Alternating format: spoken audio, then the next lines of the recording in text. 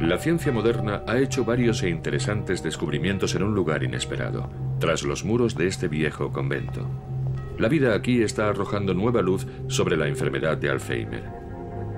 Estas monjas están dispuestas a prestar a la ciencia un servicio muy especial. Van a donarles sus cerebros. Algunas de estas hermanas norteamericanas conservan una sorprendente lucidez mental. Desafían al Alzheimer. Y además, su vitalidad está refutando las teorías aceptadas sobre cómo se produce la demencia.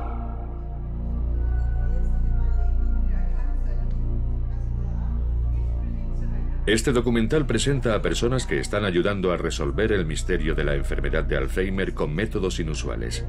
A través de esta lucha contra la enfermedad hay algo que queda claro. A veces el bienestar del paciente corre el riesgo de quedar al margen.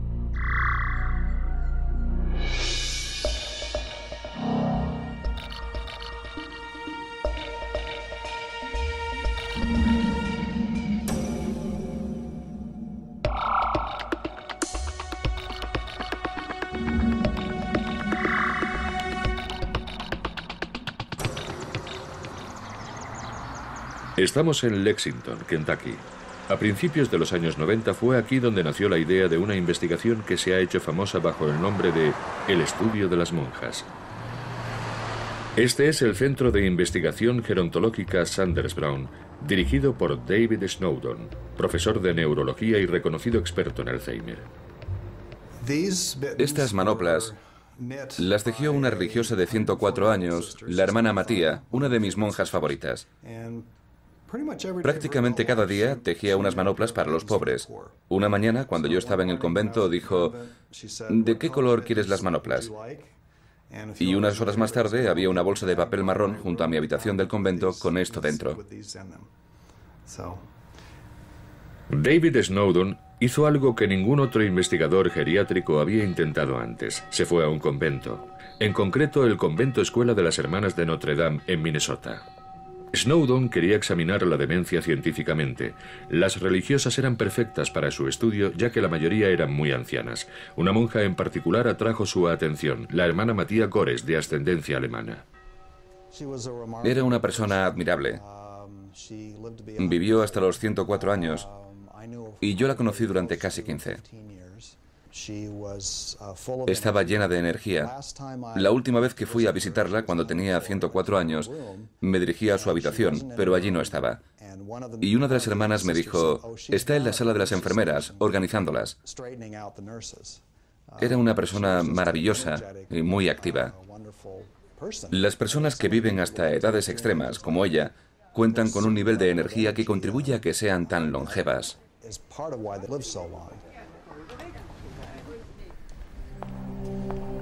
La hermana Matía fue una de las más de 600 monjas que han participado en la investigación que aún continúa. Las religiosas más jóvenes tienen casi 80 años, la mayor 107.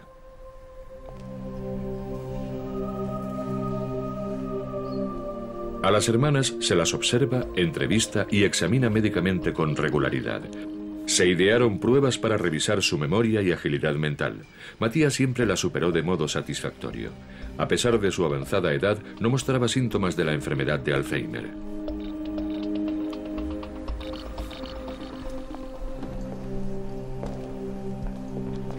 Sin embargo, la investigación de Snowdon fue un paso más allá.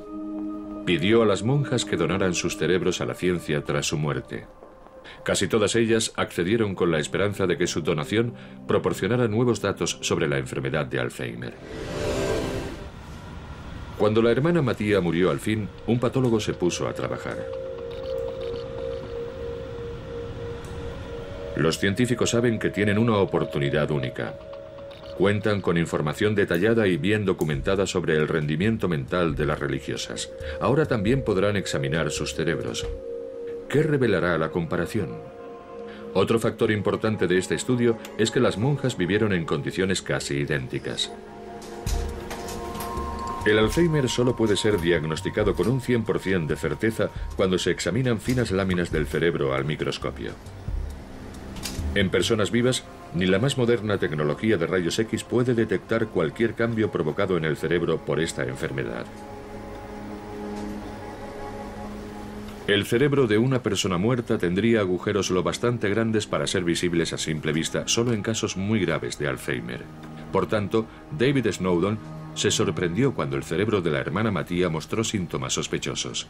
Todo indicaba que eran los típicos cambios causados por el Alzheimer, fibras entrelazadas conocidas como ovillos, pero eso no es todo. Discos circulares llamados placas. Había placas por todas partes. Son estos pegotes los que se cree que causan la enfermedad realmente, pero Mattia no tenía Alzheimer. Hasta el día en que murió estuvo totalmente lúcida.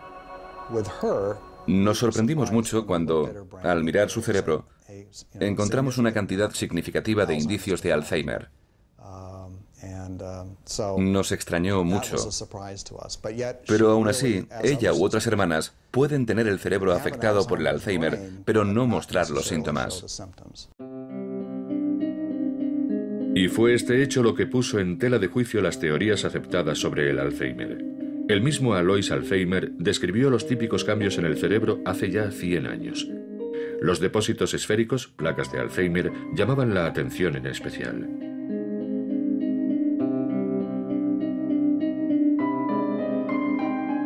Alois Alzheimer las halló en el cerebro de Auguste Dieter. Había muerto de demencia aguda. Se supone que las placas son el veneno que mata las células nerviosas. La muerte celular masiva conduce a la demencia. Son muchos los investigadores que aún lo creen a día de hoy. Sin embargo, las placas no pueden ser la única causa. Esto fue demostrado de forma aún más llamativa en el caso de la hermana Bernadette. La religiosa ya tenía más de 80 años cuando David Snowdon comenzó el estudio en su convento a principios de los años 90.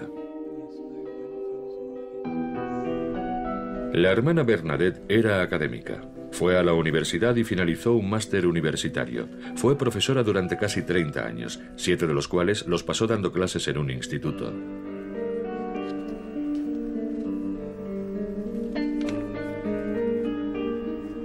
Snowdon le realizó las primeras pruebas mentales cuando la religiosa tenía 81 años.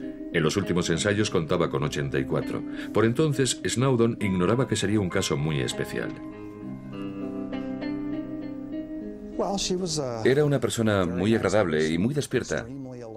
Y yo diría que una de las cosas más destacables de ella eran sus resultados en nuestras pruebas mentales. Tenía una gran memoria. Obtenía puntuaciones elevadísimas en los ejercicios de memoria. A lo largo de todos los años de estudio, sus resultados en las pruebas de salud mental apenas variaron.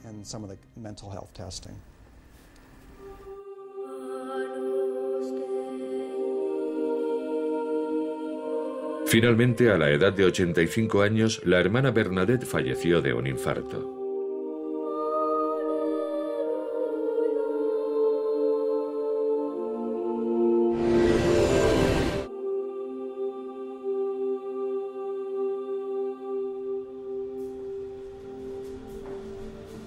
Cuando le miramos el cerebro, vimos que tenía uno de los casos de Alzheimer más graves que habíamos visto.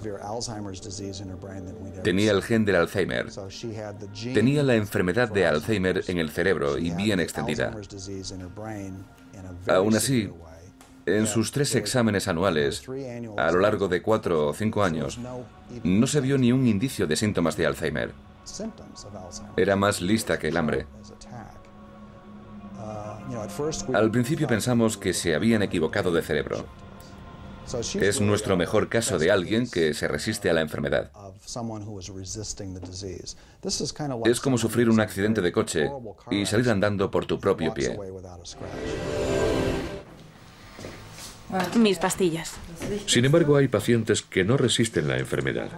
Necesitarían ayuda urgente por parte de los científicos, pero la mayoría sigue centrándose en las placas. Voy a dejar las gafas aquí, por si te llamo para preguntarte dónde están, porque no suelo dejarlas ahí. ¿Buscas algo? Sí, tengo que llevarme mi neceser. ¿Tu maletín de belleza en la bici? ¿De verdad quería montar en bici? Sí. ¿Se me olvidó el bolso? No, lo metí. Martina Peters tiene 42 años y está en la primera fase de la enfermedad de Alzheimer. Mochila. No, no está en la mochila, ya te lo he dicho.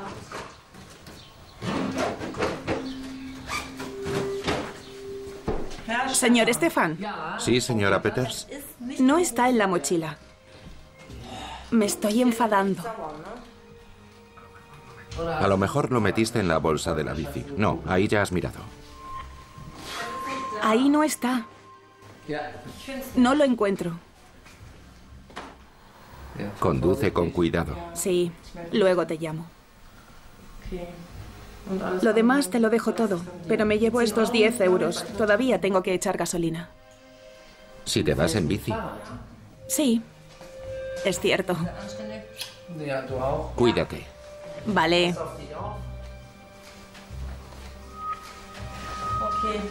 Me llamarás, ¿verdad? Sí, claro. Te quiero. Y yo a ti. Adiós. Saluda a todos. Y no te olvides de limpiar aquí, está un poco desastrado.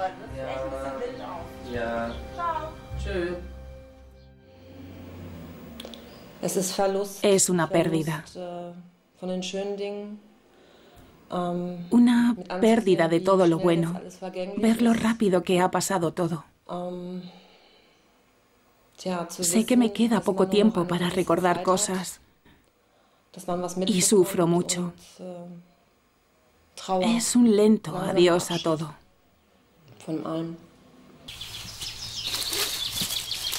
Martina tiene una variedad de Alzheimer hereditaria. Los afectados se enferman muy pronto, a veces ya en la treintena. El hermano y la madre de Martina también la padecen.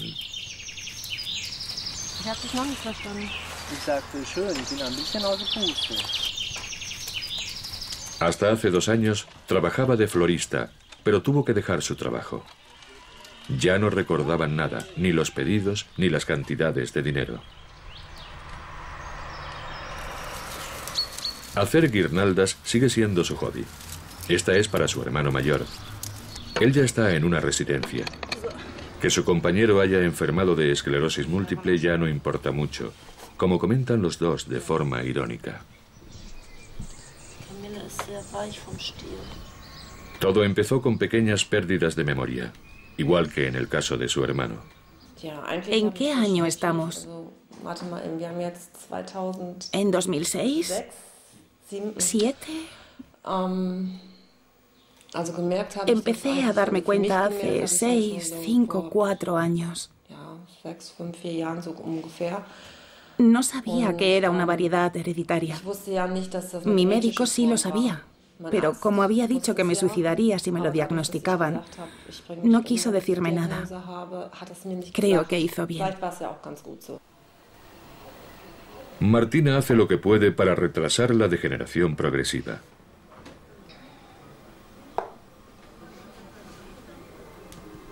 Juega al ajedrez una vez por semana y lee mucho. Intenta mantenerse mentalmente activa. Es una receta eficaz, según creen algunos científicos. El Alzheimer es una enfermedad del pensamiento. Y es lógico que si puedes mejorar el desarrollo del pensamiento y la memoria en la juventud y mantener el cerebro activo a lo largo de tu vida, tendrás mucho menor riesgo de padecer Alzheimer, o lo padecerás más tarde. Ejercitar la mente como prevención, una teoría que sigue siendo corroborada por casos impresionantes. Un neurólogo inglés documentó el de un jugador de ajedrez llamado Richard Wetherill en 2004. Un día, Wetherill fue a ver a su médico. Ya no era capaz de pensar 8 jugadas con anticipación como antes, sino solo 5. El médico le mandó a hacerse pruebas mentales que Wetherill superó con éxito. No había ni el menor rastro de demencia.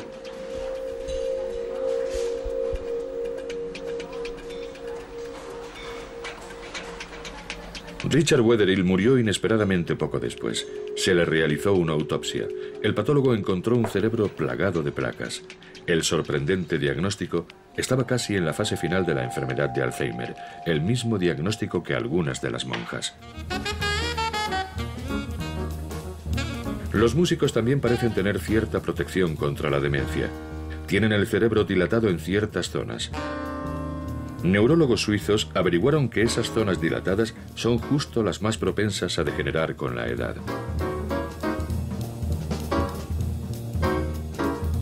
Neurólogos americanos descubrieron en otro estudio que interpretar música tenía un efecto protector mayor contra la demencia que otras actividades mentales tales como la lectura.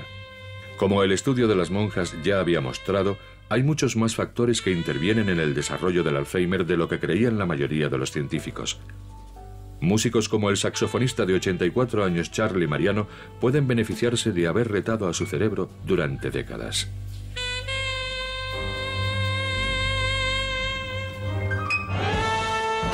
Tocar un instrumento exige una compleja interacción de rendimiento mental y coordinación física. Eso podría acumular una especie de reserva en el cerebro, según algunos científicos. Esta reserva podría ser lo que protege al batería de 83 años Louis Bellson.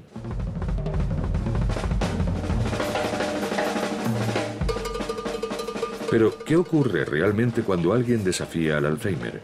¿O cuando alguien se ve afectado por la enfermedad? Científicos alemanes están investigando estas preguntas y también se topan con contradicciones. Estos científicos no estudian personas, sino ratones.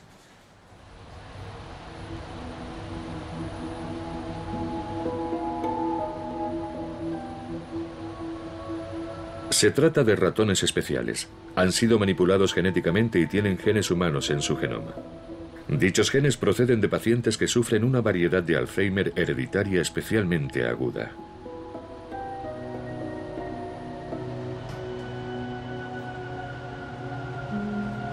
Estos animales son un auténtico tesoro para los investigadores y por esa razón se encuentran en una especie de pabellón de alta seguridad, totalmente aislados del mundo exterior. Los científicos quieren evitar cualquier infección de virus o bacterias. Thomas Bayer tiene que cambiarse como un cirujano antes de una operación cuando coge a sus ratones de las jaulas.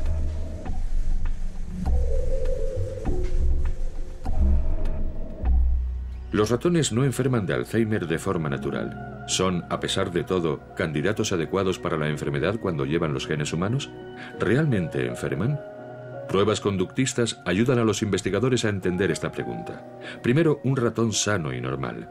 Es curioso y explora todo antes de elegir un lugar donde acomodarse.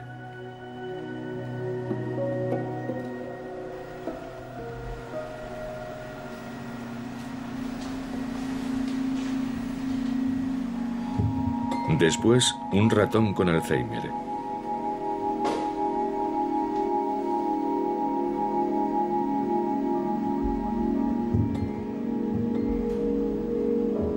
Está asustado y reacciona como los humanos que padecen la enfermedad. Está inseguro en el nuevo entorno y se retira enseguida a un rincón.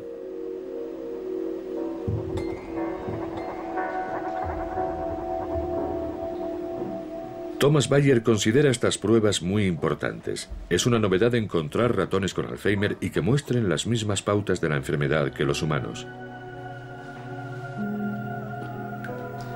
De nuevo, el ratón normal primero. En el agua teñida, los investigadores pueden registrar los movimientos al detalle con una cámara. El comportamiento típico. Explora con curiosidad cada rincón del entorno desconocido.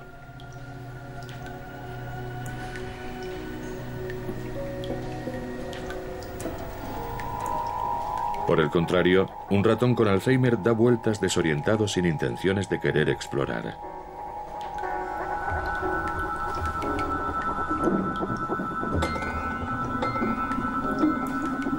Los investigadores no dudan. Este ratón padece Alzheimer. Muchas de nuestras pruebas son significativas, y es interesante que esto ocurra precisamente cuando se pierde un gran número de células nerviosas. Eso sucede cuando los ratones tienen 6 meses. Es aquí cuando encontramos esas anomalías en el comportamiento. Es una correlación muy buena. Por eso estamos convencidos de tener un buen modelo de la enfermedad de Alzheimer entre manos. La pregunta crítica es, ¿qué ocurre en el cerebro de los ratones? ¿Se hacen visibles los depósitos en forma de placas? ¿Destruyen el cerebro tanto como para causar demencia? Primero, Thomas Bayer corta el cerebro del ratón en láminas extrafinas de tan solo unas milésimas de milímetro de grosor. La gran ventaja con los ratones es que, a diferencia de los humanos, sus cerebros pueden ser examinados en todas las fases de la enfermedad. El siguiente paso es importante en la búsqueda de la causa de la enfermedad. Hay que teñir las secciones cerebrales. Cada tipo de célula y cada depósito necesita su propio tinte. Thomas Bayer decide teñir las placas. Sabe que la mayoría de sus compañeros científicos están interesados en estos depósitos esféricos. Muchos creen que estas placas son el veneno que causa la muerte a las células nerviosas.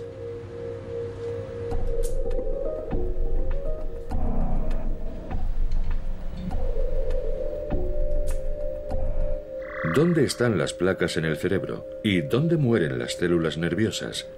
También ve algo que contradice la aceptable explicación de la enfermedad de Alzheimer. Las placas están ahí, pero las células nerviosas se mueren en alguna otra parte.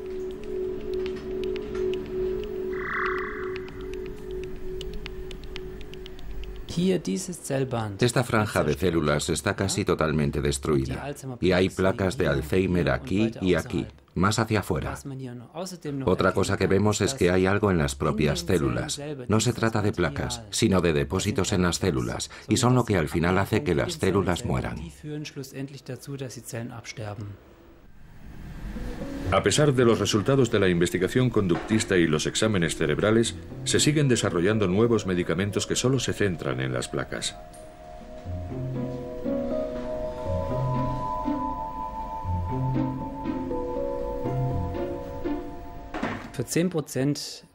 Las placas son responsables del 10% de la pérdida de células nerviosas en nuestro ratón modelo. Ese otro material de las células nerviosas es responsable del resto, del 90% de las células muertas. Es decir, si conseguimos desarrollar un método para disolver las placas, podríamos salvar como mucho un 10% de las células nerviosas. Por el momento, los investigadores apenas prestan atención a esos resultados. Thomas Bayer acaba de empezar a trabajar como profesor. Eso no facilita precisamente que se le escuche en el mundo de la investigación, incluso cuando la materia que trata importa mucho para el bienestar de un gran número de pacientes.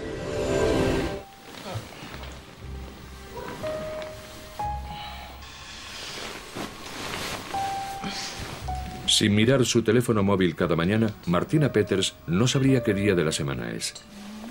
Necesita ayudas como esta para enfrentarse a su vida cotidiana.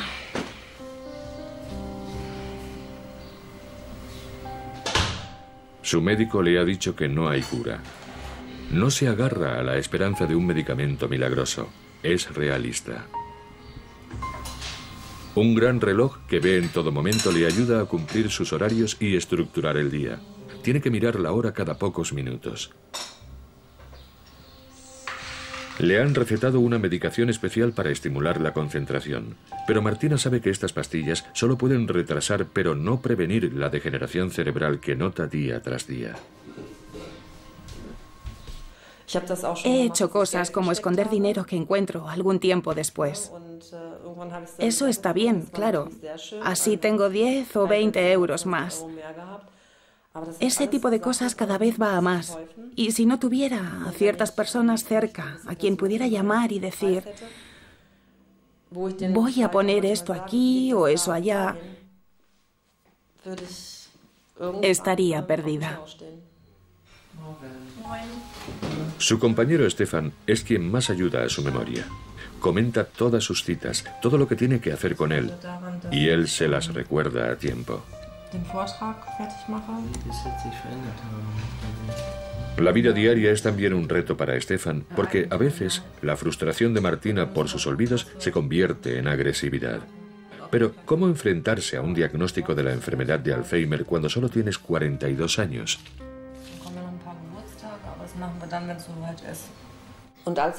Cuando me lo diagnosticaron, te puedes imaginar mi sorpresa. Al principio pensé, ¿qué voy a hacer? ¿Debería estrellar mi coche contra otro o contra un tren? ¿Me corto las venas? Pero después pensé, no. Martina no se ha escondido. Por el contrario, ha ideado su propia forma de enfrentarse a la enfermedad. Intento educar a la gente. La enfermedad asusta, todavía asusta, pero no es contagiosa. Nadie tiene que preocuparse por si se la pego. Su viaje la ha llevado a una convención de la Asociación del Alzheimer.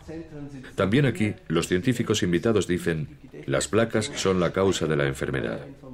Martina Peters ha venido para asegurarse de que no se deje al margen a los afectados. En el Congreso Internacional de Berlín conseguimos que hablar ante casi 1.500 personas sobre su experiencia con la enfermedad de Alzheimer. Y nos complace anunciar que ha aceptado nuestra invitación para hablarnos sobre la enfermedad desde su punto de vista.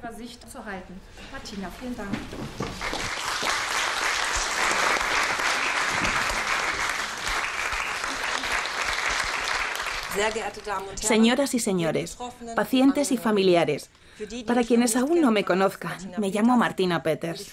Estoy muy contenta de tener la oportunidad de dirigirme a ustedes para animar a quienes sufren demencia y darles algunos consejos para facilitar su vida cotidiana.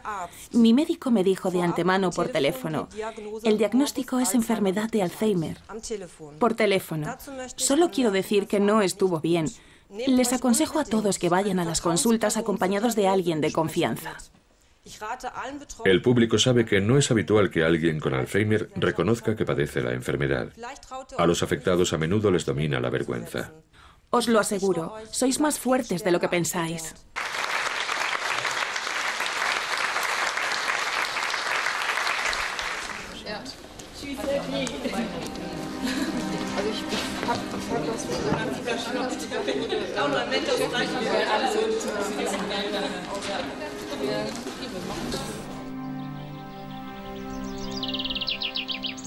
El ejercicio es como una terapia para Martina. Lucho contra la rabia, dice. Su rabia contra la enfermedad de la que está a merced. Ya está muy familiarizada con esta dolencia. Su madre murió de ella. Aún así resulta duro soportar la experiencia de su propia demencia. Me ha pasado una vez y, gracias a Dios, solo ha sido una vez. Olvidé cómo arrancar el coche. Es decir, giraba la llave, pero después pensaba, ¿qué tengo que hacer ahora? Me pasé 3 minutos pensándolo y después, clic, lo supe otra vez. Pero no me había pasado en mi vida y empecé a conducir tractores muy joven. Fue un duro golpe. No puedo describirlo con palabras. Te asustas. En ese momento te entra el pánico. También me puse a llorar. Pero tiene espíritu luchador. No quiere recluirse y también consiguió encontrar trabajo como voluntaria en una residencia. Una mirada intencionada a su propio futuro. Aquí es donde quiero venir cuando ya no pueda valerme por mí misma, dice.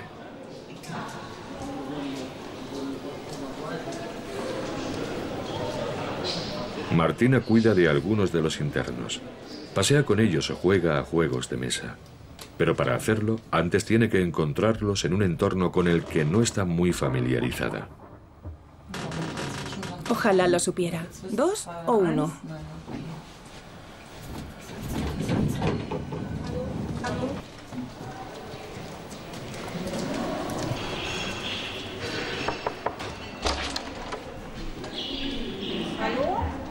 ¿Hay alguien en casa?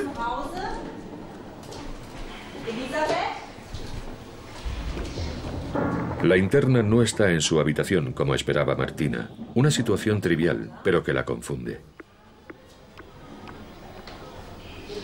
Elizabeth no está aquí.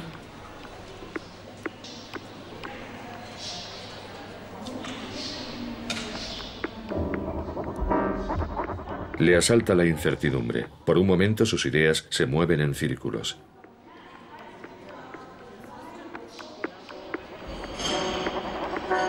Esta conducta es típica de los afectados de demencia cuando experimentan algo poco conocido. Es una consecuencia de los cambios en el cerebro. Cuando empiezas a tener problemas de memoria, el cerebro ya está afectado. Es como una bola de nieve que rueda ladera abajo. Cuesta mucho detenerla. Y es importante frenar ese proceso antes de que se produzcan daños. Detener el proceso cuanto antes. Hay un científico que ha descubierto cómo hacerlo. Pat McGeer, de la Universidad de la Columbia Británica en Vancouver, Canadá. El reconocido neurocientífico ha desarrollado su propia idea sobre el avance del Alzheimer.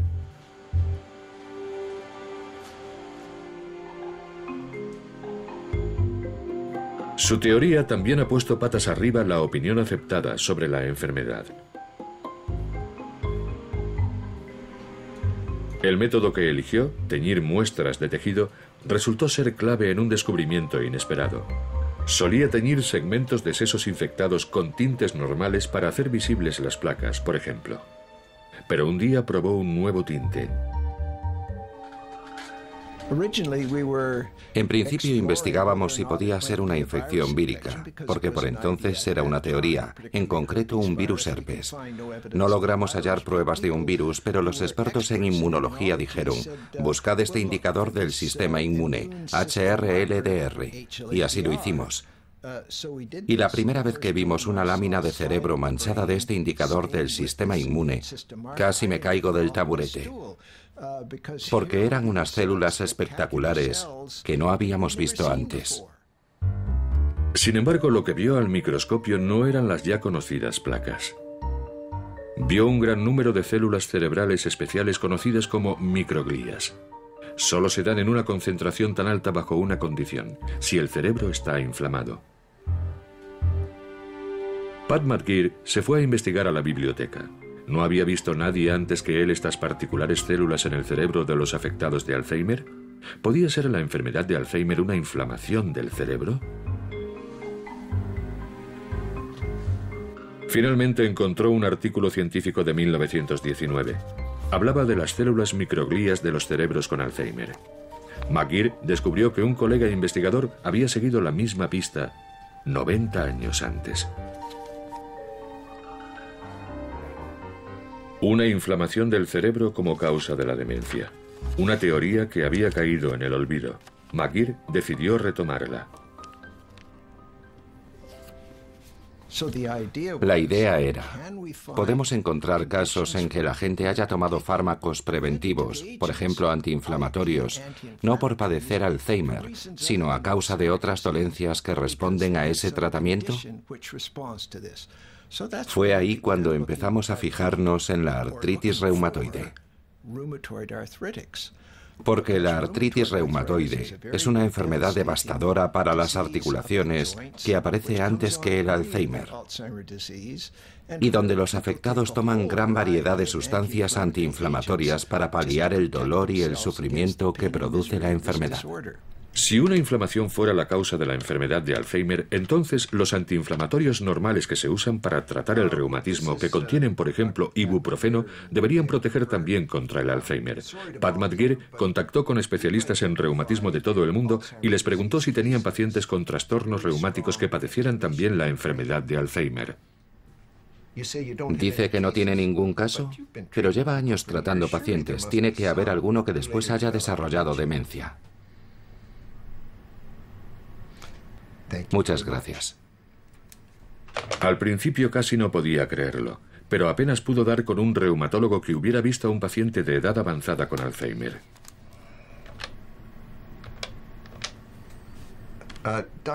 Dr. Chambers, me han aconsejado que le llamase porque cuenta con muchos pacientes de reumatología.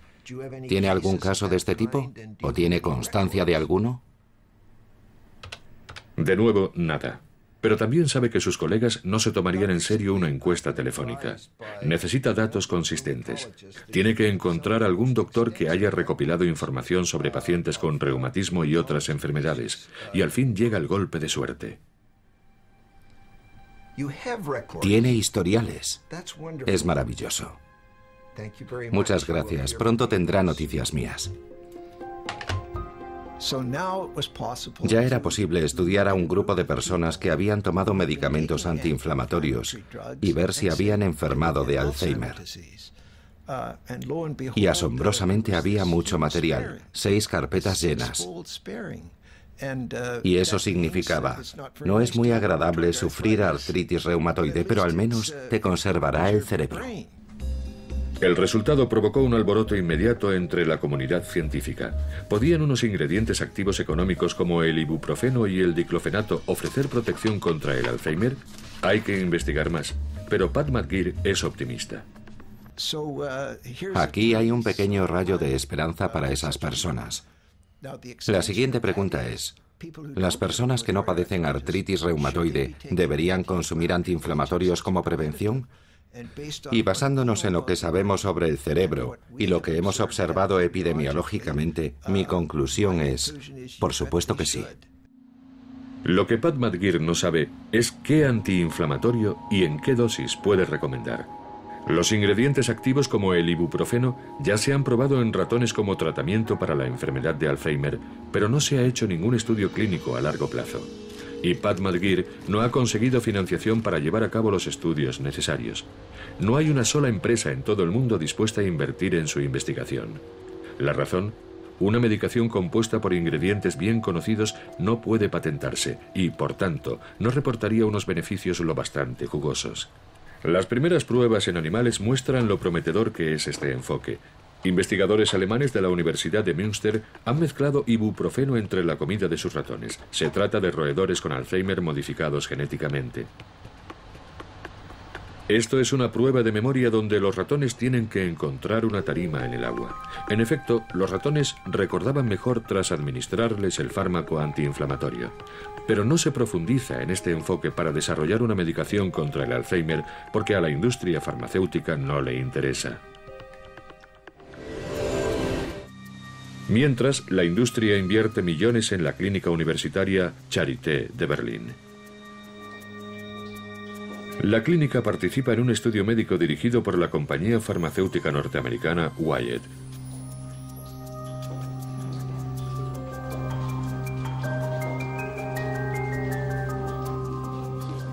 La dirección de la clínica psiquiátrica Charité ha encontrado pacientes de Alzheimer para su estudio. Se les va a administrar una nueva medicación.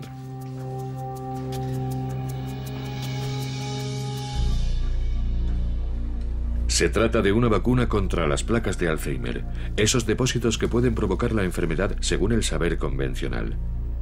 La vacuna provocará supuestamente una respuesta inmune del organismo a las placas. El sistema inmunológico del paciente debería, posteriormente, deshacerse de las placas del cerebro. Pero es todo muy arriesgado. No se trata de inmunizar contra un patógeno externo, sino contra algo producido por el organismo. Si la respuesta inmune es demasiado fuerte, el resultado podría ser algo como un choque anafiláctico.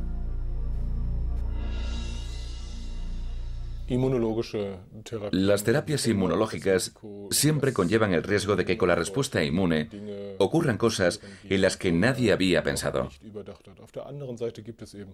Por otra parte, hay un gran número de experimentos con animales y de ensayos con personas que sugieren que el riesgo que asume quien se somete a una inmunización contra la enfermedad de Alzheimer es bastante aceptable. ¿Un riesgo aceptable? En 2002, científicos suizos fueron los primeros en poner a prueba una medicina similar contra las placas.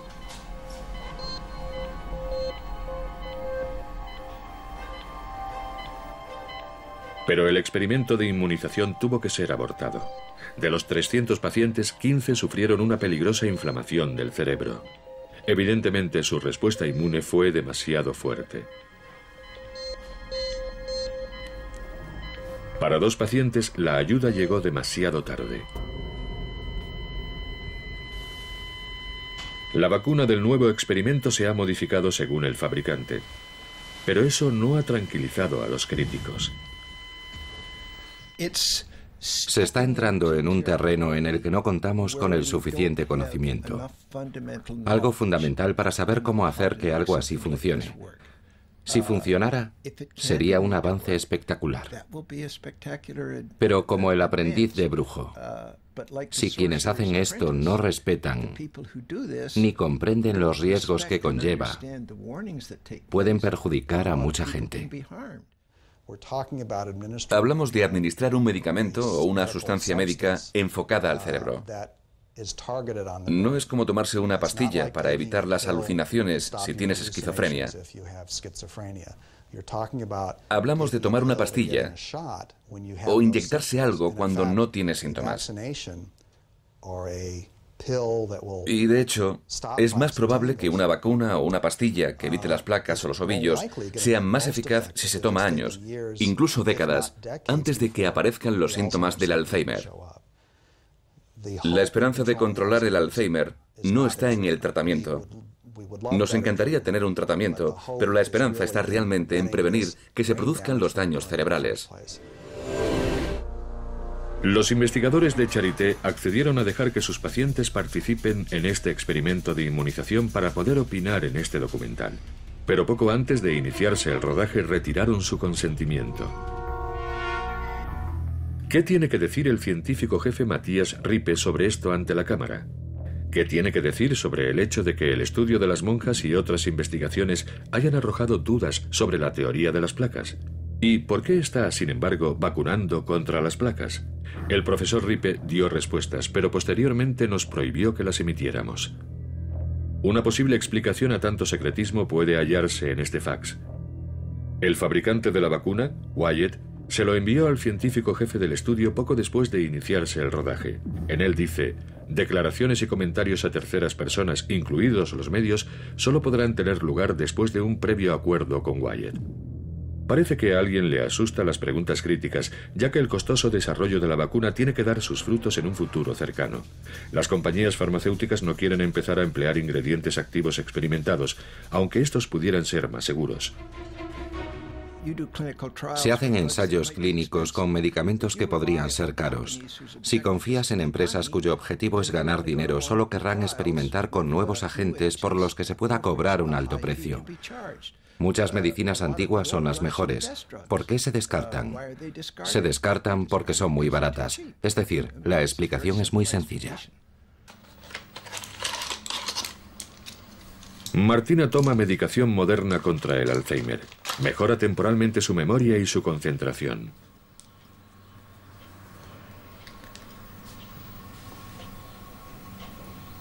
Pero sus pastillas no combaten la inflamación que, según la investigación de Pat McGeer, es una de las causas de la demencia.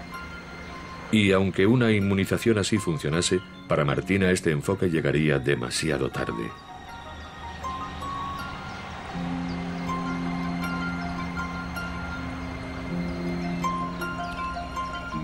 Hay más de 3 millones de pacientes de Alzheimer en Europa a la espera de un tratamiento que pueda ayudarles con su enfermedad. Quieren que la investigación farmacéutica deje de ignorar conceptos prometedores para que el misterio del Alzheimer pueda resolverse pronto.